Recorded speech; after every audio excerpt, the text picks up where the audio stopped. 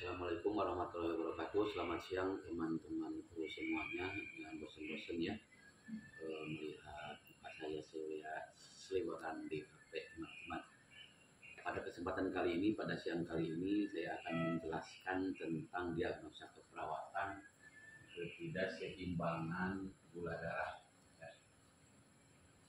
Namun sebelum ke diagnosa intinya, kita harus tahu dulu apa itu glukosa dan dari mana asalnya glukosa. Nah, glukosa asalnya yaitu dari metabolisme karbohidrat ya teman-teman. Apa contohnya apa karbohidrat yang kita konsumsi? Nasi, tepung, dan lain-lainnya ya.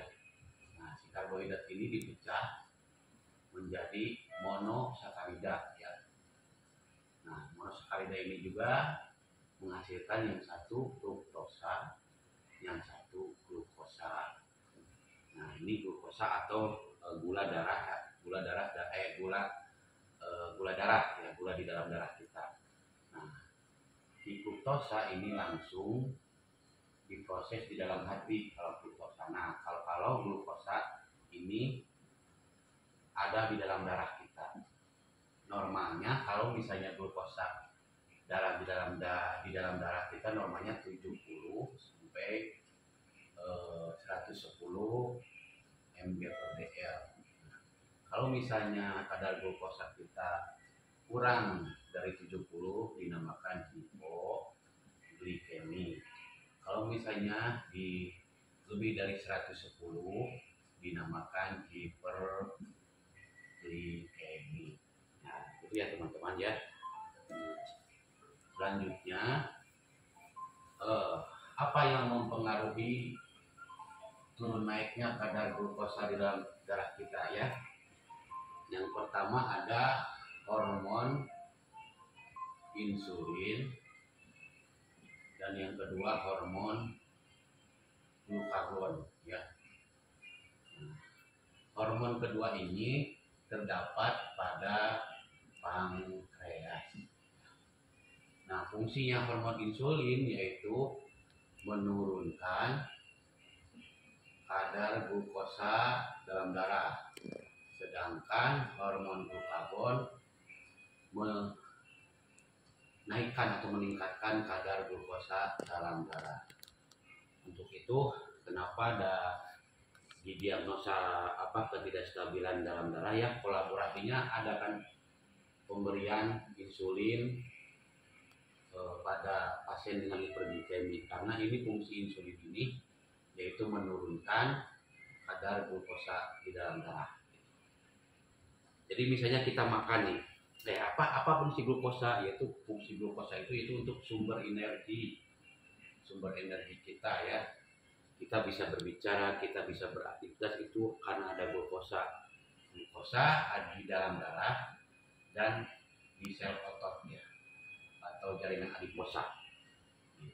Jadi kita bisa beraktivitas itu karena adanya glukosa atau sumber energi. Kalau misalnya glukosanya tadi kurang dari 70 namanya hipo, yang timbul di kitanya ada lemas gitu. Dan kalau misalnya ada timbul glukosa di dalam darah kita lebih atau hiper, kadang bisa terjadi penurunan kesadaran juga atau keringat dingin atau dan lain sebagainya. Oke, kita lanjut ke diagnosa keperawatannya ya. Ada ketidakstabilan kadar glukosa darah. Nah, di sini ada yang pertama manajemen hiperglikemi. Seperti yang kita telah ketahui ya, untuk diagnosa kan ada poin otek. Yang pertama observasi, yang keduanya terapeutik, yang ketiganya edukasi, dan yang keempatnya kolaborasi. Nah, untuk manajemen hiperglikemi, observasinya identifikasi kemungkinan penyebab hiperglikemi. Nah, yang tadi sudah saya jelaskan, apa penyebabnya, apa emang itu kekurangan insulin atau memang ada kelainan genetik juga gitu. Kita harus bisa mengidentifikasinya. Nah, yang keduanya identifikasi situasi yang menyebabkan kebutuhan insulin meningkat. Misalnya ada ada penyakit bawaan lainnya gitu ya. Yang ketiganya monitor kadar gula darah.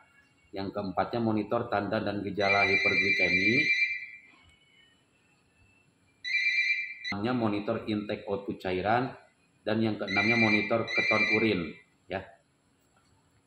Nah, ini keton urin ini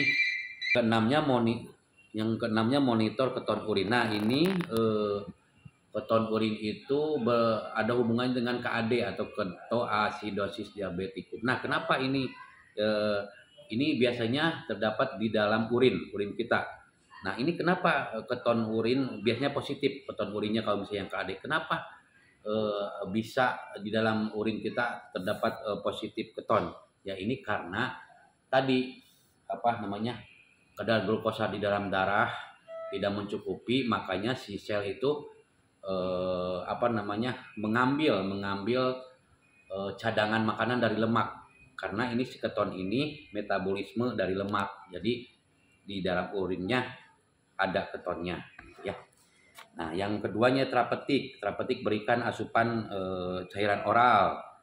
Yang keduanya konsultasikan dengan medis jika ada dan gejala tetap ada atau memburuk. Yang ketiganya fasilitasi ambulasi jika ada hipotensi ortostatik. Nah, apa itu hipotensi ortostatik? Itu hipotensi dengan perubahan gerak, misalnya dari duduk, berbaring. Nah, itu kan biasanya berbeda ya tensi darahnya, itu yang dinamakan hipotensi ortostatik. Nah, yang ketiganya edukasi, anjurkan menghindari olahraga saat glukosa darah lebih dari 250, anjurkan monitor kadar glukosa darah secara mandiri. Nah, ini kalau untuk di ruangan mungkin ini bisa berkolaborasi dengan bagian laboratorium ya. Yang ketiganya anjurkan kepatuhan terhadap diet dan olahraga, anjurkan indikasi dan pentingnya pengujian keton urin. Nah, yang tadi saya jelaskan tadi. Yang kelimanya ajarkan pengelolaan diabetes, misalnya penggunaan insulin, obat oral. Nah, ini bisa untuk kita edukasi untuk misalnya pasien pulang dengan pemberian insulin. Itu kan biasanya di rumah ada yang belum bisa gitu si pasiennya, itu kita berikan edukasi ya sebelum pulang. Nah, ini untuk kolaborasi pemberian insulin. Nah, yang seperti yang tadi telah saya jelaskan ya. Yang keduanya kolaborasi pemberian cairan IP, dan yang ketiganya kolaborasi pemberian kalium gitu ya. Nah, ini untuk hiperglikeminya. Nah, untuk manajemen hipoglikemi seperti tadi sih ada observasinya, terapeutik, edukasi, kolaborasi. Yang pertama observasinya identifikasi tanda dan gejala hipoglikemi. Yang keduanya identifikasi kemungkinan penyebab hipoglikemi. Nah, yang terapeutiknya ini nih, berikan karbohidrat sederhana jika perlu. Nah, seperti yang sudah saya jelaskan tadi, gula itu berasal dari karbohidrat. Kalau misalnya hipo berarti kan karbohidratnya harus ditambah, tetapi namun tidak harus terukur gitu. Jangan karbohidrat yang yang ukurannya banyak gitu.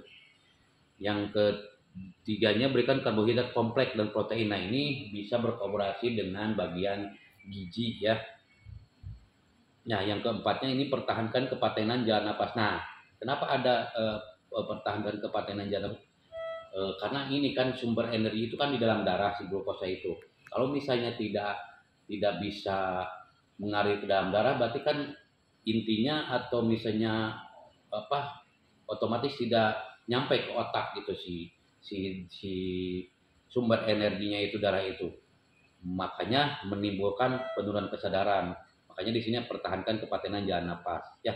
Nah, yang kelimanya pertahankan akses IP jika perlu. Ya, jika misalnya hipo kan bisa diberikan D40, makanya ini harus dipertahankan akses IP-nya ya. Nah, yang edukasinya bisa sama, anjurkan membawa karbohidrat, anjurkan monitor kadar glukosa darah, jelaskan interaksi antara diet, anjurkan pengelolaan hipoglikemi ya. Terus kolaborasi pemberian dextrose yang tadi ya, dextrose 40% atau dextrose 10% gitu ya. Yang keduanya kolaborasi pemberian glukagon jika perlu ya. Nah, mungkin selengkapnya teman-teman bisa membaca atau memahami dari PAK yang sudah ada di ruangan masing-masing ya. Mungkin hanya itu yang bisa saya sampaikan. Assalamualaikum warahmatullahi wabarakatuh.